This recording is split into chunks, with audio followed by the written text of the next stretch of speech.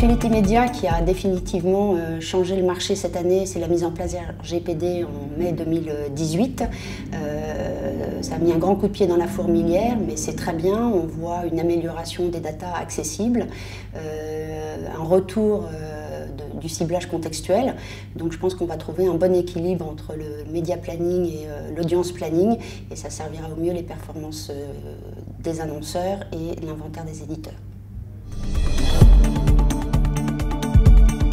Je suis arrivée chez Cospirit donc il y a moins d'un an. Le premier semestre a été consacré à l'optimisation des process et aux questions de l'avenir de notre métier. Depuis le deuxième semestre, nous avons participé à 17 compétitions. On en a gagné ou regagné 7, dont un client à l'international dont la France était un marché clé. Ça fait 40% de réussite, je suis super fière des équipes. Je viens d'un Big Six. Clairement, Big Six et agences médias indépendantes ont leurs forces et leurs faiblesses.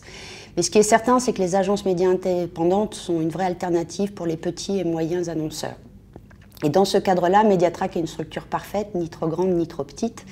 Et qui dit agence média indépendante dit souvent entrepreneur, qui de mieux pour se mettre à la place du client et de ses objectifs business. Par ailleurs, Mediatrack s'appuie sur le groupe Cospirit, qui est spécialisé en médias local. Donc nous allons nous appuyer sur cette expertise pour aller point de vente par point de vente, ce que les agences médias plus grosses ne savent pas faire.